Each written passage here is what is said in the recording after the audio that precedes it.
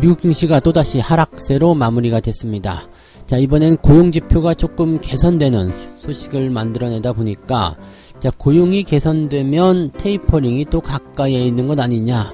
자, 이런 식으로 또 우려감을 나왔다고 합니다. 자, 일단은 뭐 고용이 좋아도 난리, 나빠도 난리, 변이가 있어도 난리. 자, 지금 시장은 일단 악재를 계속 생산해내는 듯한 느낌이긴 한데요. 이유와 어찌됐건 간에 주가가 하락하려는 움직임을 만들고 있다. 자, 이것은 약간 차익 실현에 대한 관점이 아닌가 싶기도 한데요. 자, 미국 경제 상황들 자세하게 좀 알아보도록 하겠습니다. 외국인들이 매수하니까 이제는 기관의 매도 물량이 폭탄처럼 쏟아졌다. 자, 삼성전자 이야기입니다. 자, 불과 얼마 전까지만 하더라도 이제 오를 일만 남았다. 외국인들 들어오니까 이제 사야 한다. 등등의 얘기가 나왔는데, 자, 기관들이 매도를 치면서 주가가 하락을 하다 보니까 또다시 증권사의 의견이 엇갈리고 있습니다. 자, 외국인이 사니까 사야 되는 것이냐, 기관이 팔고 있으니까 팔아야 되는 것이냐. 자, 여기에 대한 의견이 갈라지고 있는 상황인데, 삼성전자 어떻게 봐야 되는지 알아보도록 합니다. NC소프트도 문제입니다. 지금 반토막이 났습니다. 어디서부터요? 자, 고점 대비해서 반토막이 난 상황인데, 자, 바닥이 어디인지 모르겠다. 이런 얘기도 나오고 있죠. 자, 지금 NC소프트 회사에서는 자사주 매입을 통해서 뭔가 조금 분위기를 바꿔보려고 하고 있습니다만 역부족이다라는 얘기도 나오고 있고요. 자, 일단 공포심을 크게 만들어내고 있는 NC소프트 도대체 어떻게 될 것인지 알아보도록 하겠습니다.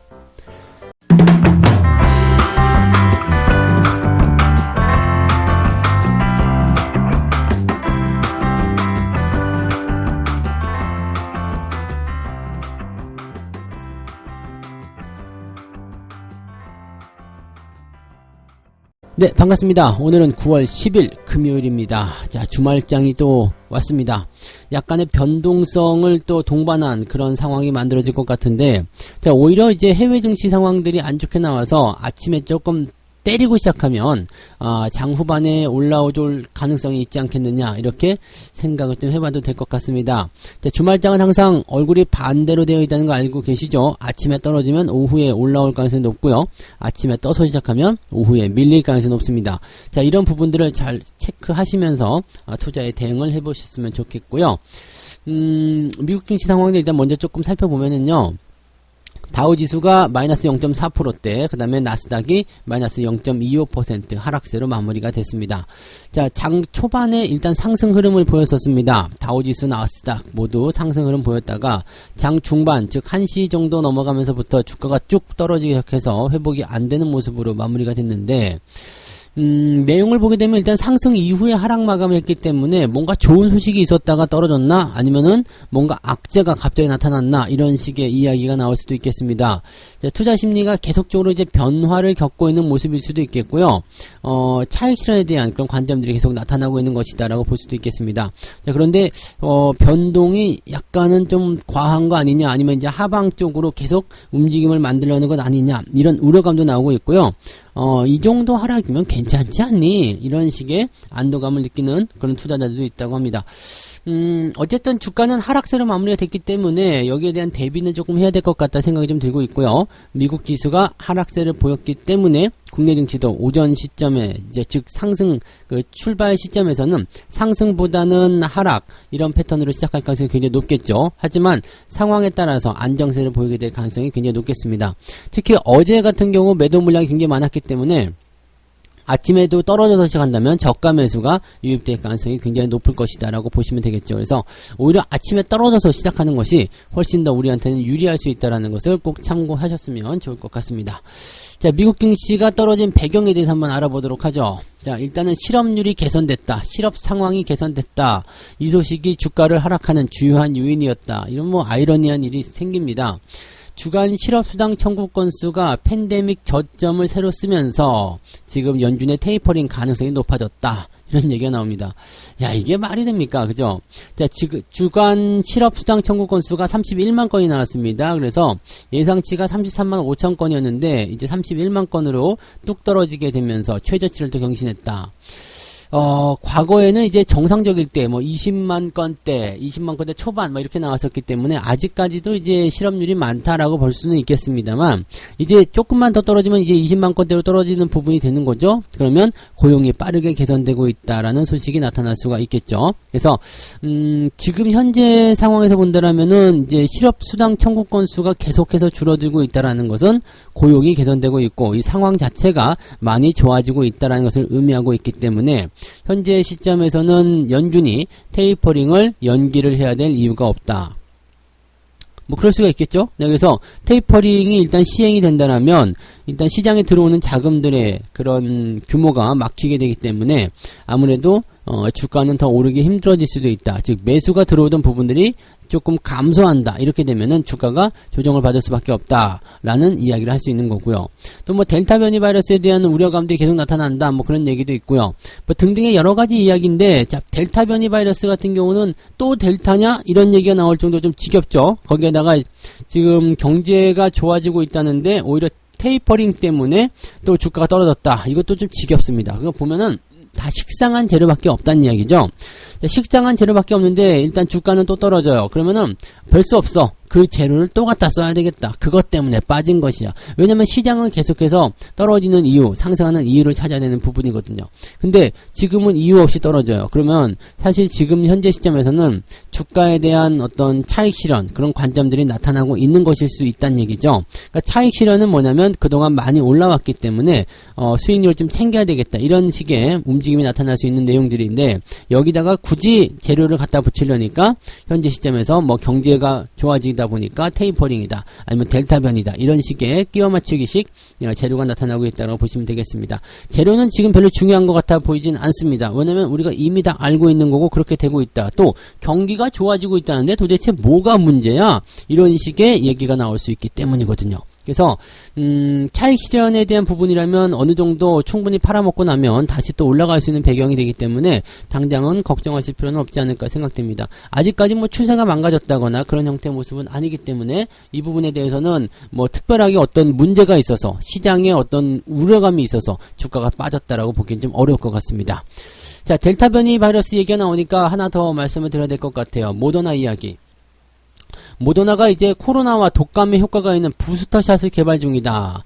자, 이거는 굉장히 중요한 소식입니다. 그리고 나서 이제 모더나 주가가 7% 정도 상승을 했습니다.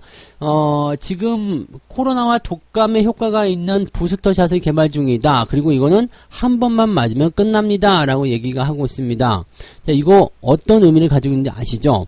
독감 백신에 코로나 백신을 추가하겠다는 얘기입니다. 그래서 이제는 독감 백신을 하나 맞기 시작하면 그러면 이제 그 딱 한 번으로 접종이 끝나는 거고요. 코로나 백신과 그 다음에 독감 백신을 한꺼번에 접종을 해서 맞게 되는 상황이 벌어진다. 자, 물론 이제 아직 개발 단계에 있고 임상을 거쳐야 되겠습니다만 결과적으로 이렇게 가야 되는 거죠. 그러면 코로나를 독감과 같이 포함시켜서 취급하겠다. 우리 예전에 신종플루 나올 때 아시죠? 굉장히 무서웠습니다만 신종플루가 이제 먹는 치료제도 나오고 또 이제 독감 백신에 포함이 되면서 그냥 독감이라고 하는 것이 아니라 뭐라고 그러죠? A형 독감 이런 신종플루 이런 게 아니라 그냥 독감 이렇게 표현이 되는 것처럼 코로나도 이제 그런 식으로 접근이 된다는 얘기죠. 독감 백신에 포함을 시켜버린다. 이렇게 되면 코로나의 종식, 코로나의 종식이라고 하기보다는 그냥 코로나 상황에 대한 팬데믹의 종료, 통제 상황 이런 식으로 분석을 해볼 수가 있겠죠. 또 백신을 번거롭게 2번, 3번 맞는 것이 아니라 한 번만 맞으면 독감과 코로나 모두 다 끝난다. 자, 모더나가 개발하고 있지만 모더나만 개발하고 있는 것이 아닐 거예요. 다른 애들도 같이 나가야 되는 방향이겠죠. 그래서 지금 이것은 상당히 진전을 보이고 있는 모습이고 또 여기에 대한 기대감들이 생겨날 수 있는 상황이 될 수 있겠다.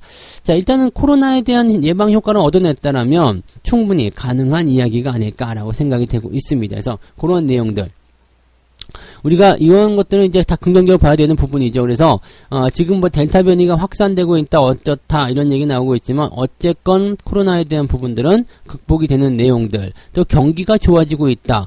그럼 사실 걱정할 게 없잖아요. 그죠? 단기적 차익 실현에 대한 부분들을 우리가 너무 확대 해석해서 걱정을 할 필요는 없겠다. 시장이 좋아지는데 주가가 떨어진다. 이거 말이 안 되는 거잖아요. 그죠? 물론 좋아지는 상황 속에서도 단기적 조정은 나타날 수 있습니다. 차익 실현이 깊게 들어간다거나 또는 올라가는 주식을 떨어뜨려서 더 싸게 사려는 움직임은 항상 나타날 수밖에 없거든요. 그럼 거기에 대한 부분들은 나타날 수 있겠지만 그 부분 때문에 우리가 여기에 대해서 걱정을 과도하게 한다거나 그래야 될 이유가 전혀 없다라는 거, 그것을 여러분들이 꼭 기억을 해주셨으면 좋겠습니다.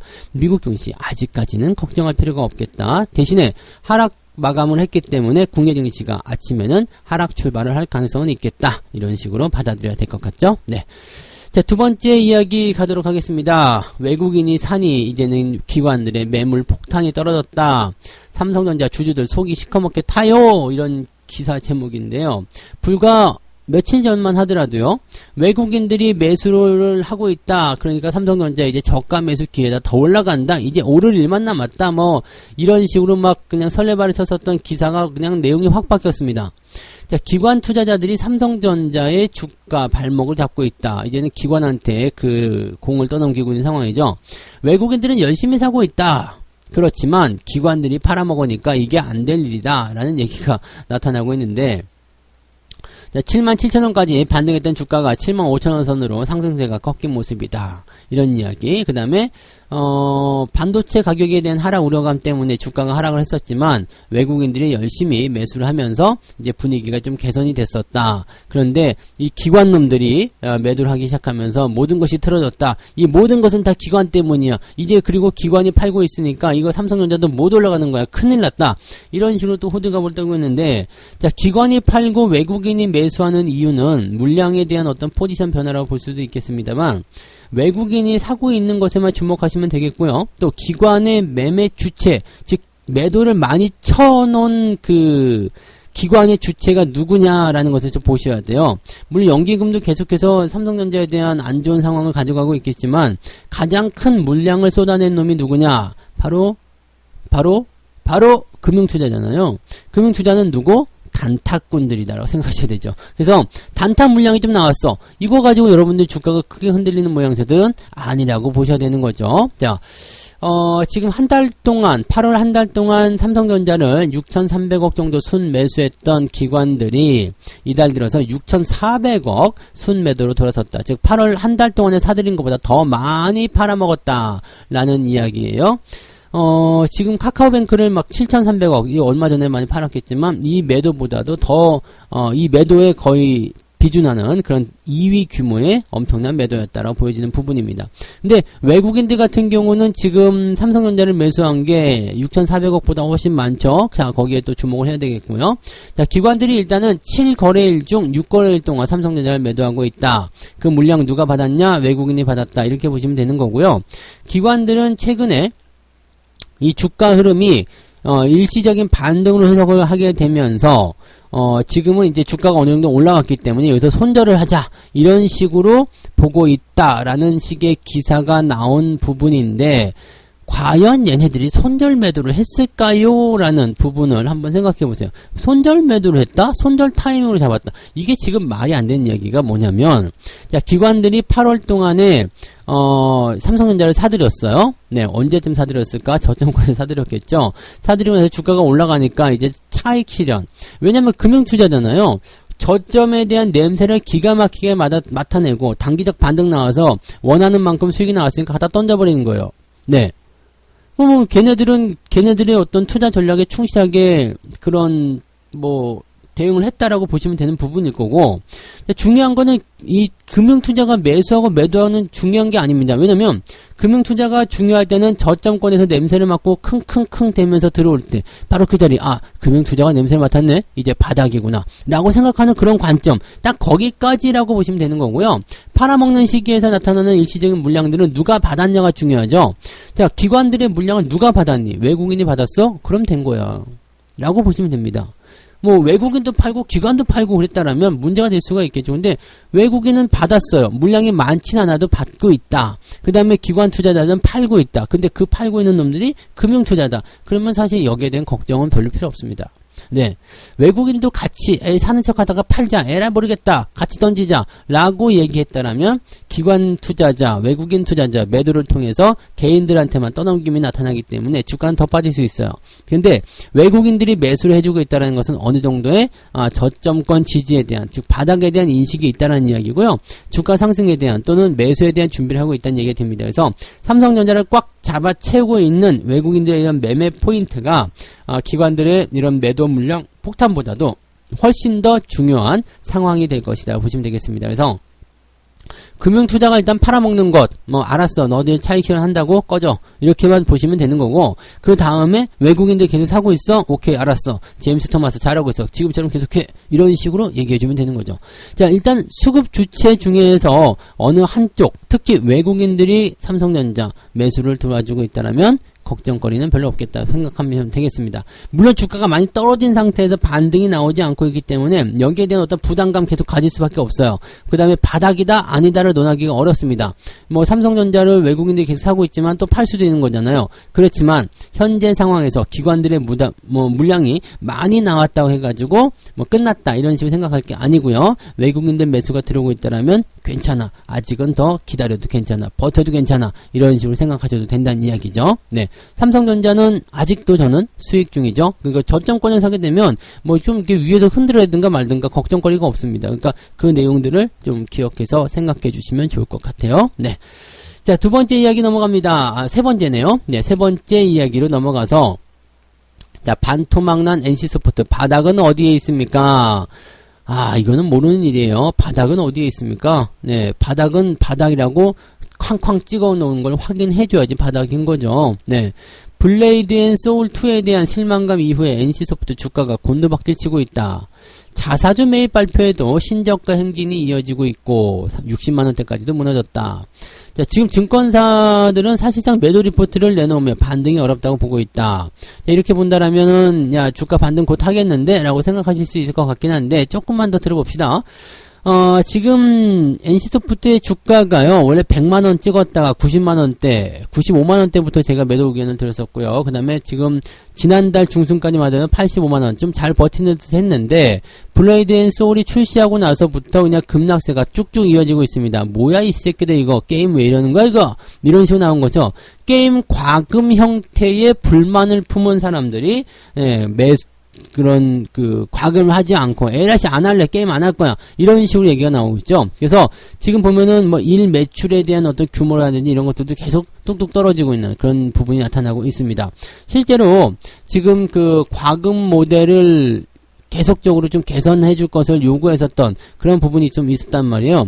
이 NC소프트의 과금 체계를 보게 되면 Pay to Win이라는 그런 과금 체계였다고 보시면 되겠습니다. 리니지뿐만 아니라 아주 강력한 과금 모델이죠. 그러니까 돈을 내서, 즉 현질이죠. 현질을 해서 장비를 구입하면 게임에 승리할 수 있다. 이것이 페이투윈입니다. 그러니까 돈을 낸 만큼 잘한다. 그러니까 너희들 돈 많이 써. 잘 내고 싶어? 1등하고 싶어? 그럼 돈 많이 내. 이런 거거든요. 그러니까 소규모의 이런 돈을 많이 쓰는 핵과금러라고 하죠. 핵과금러.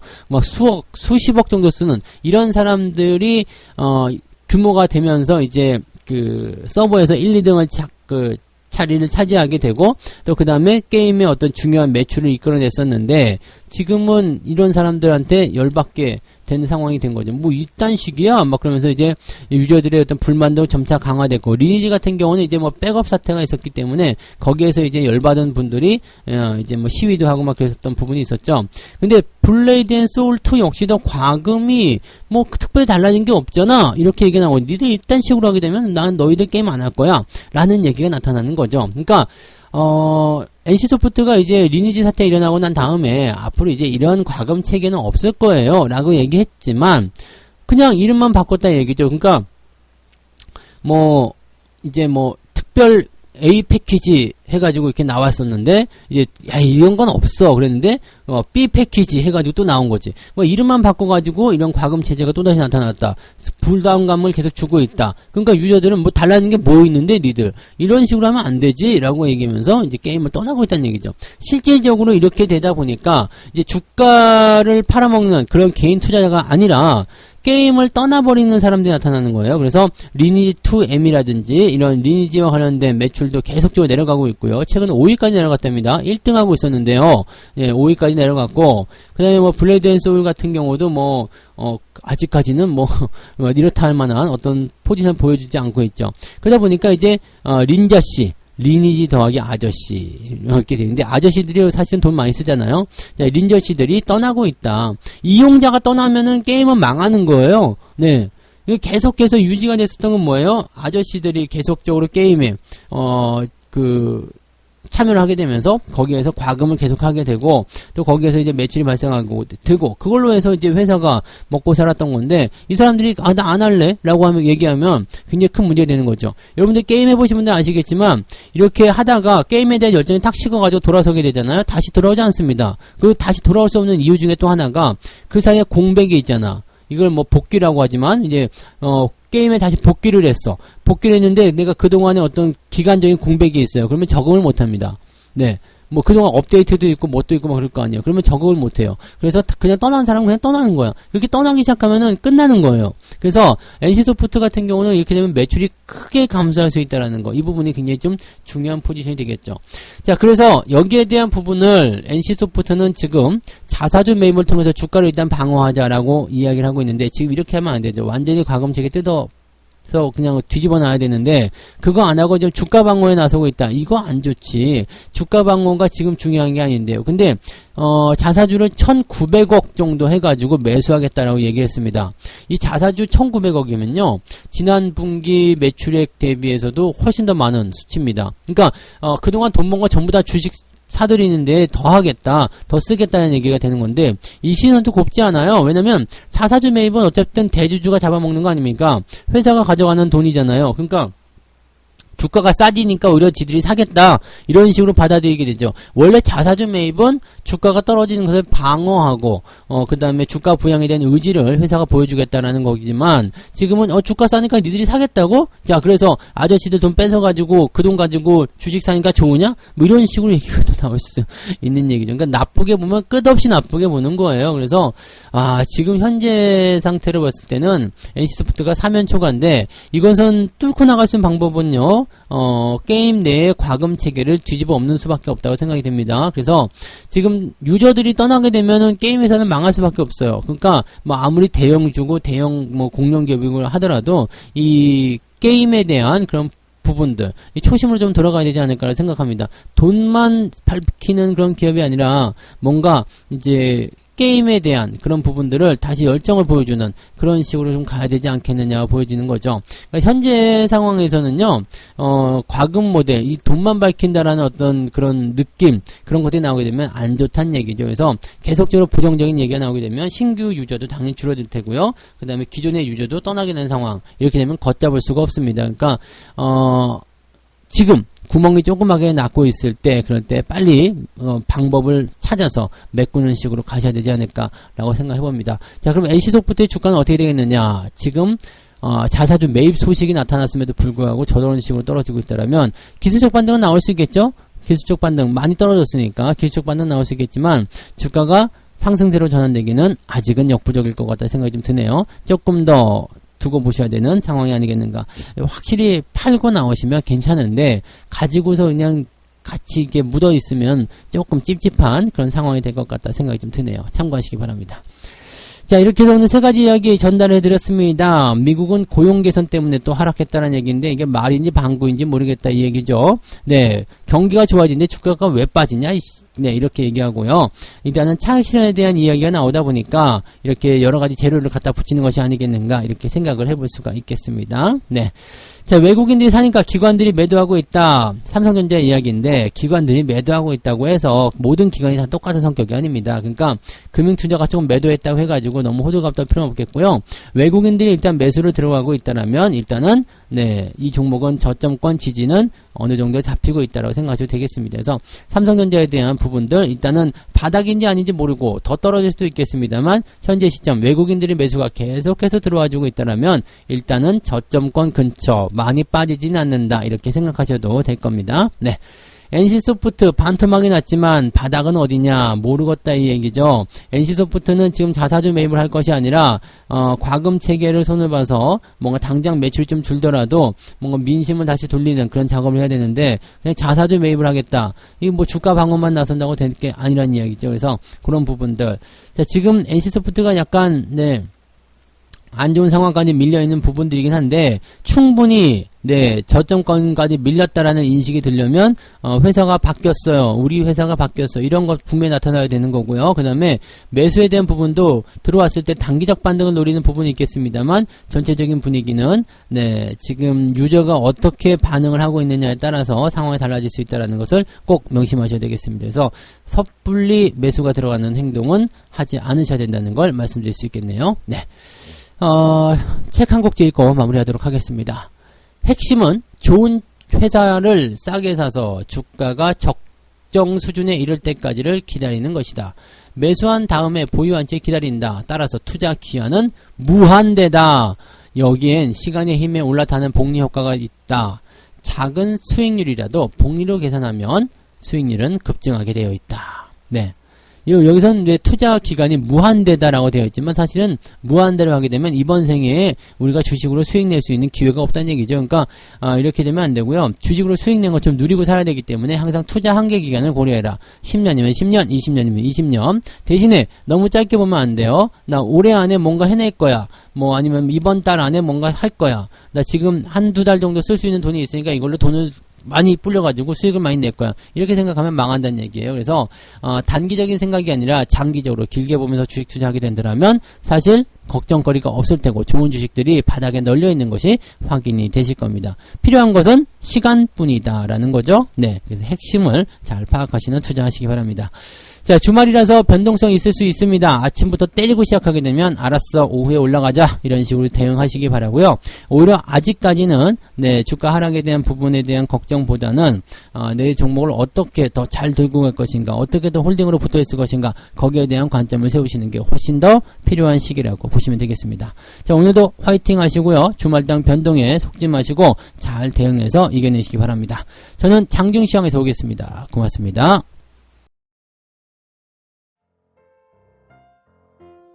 본 방송에서 제공되는 모든 정보는 투자 판단의 참고 자료이며 투자의 최종 책임은 본 방송을 이용하는 본인에게 있습니다.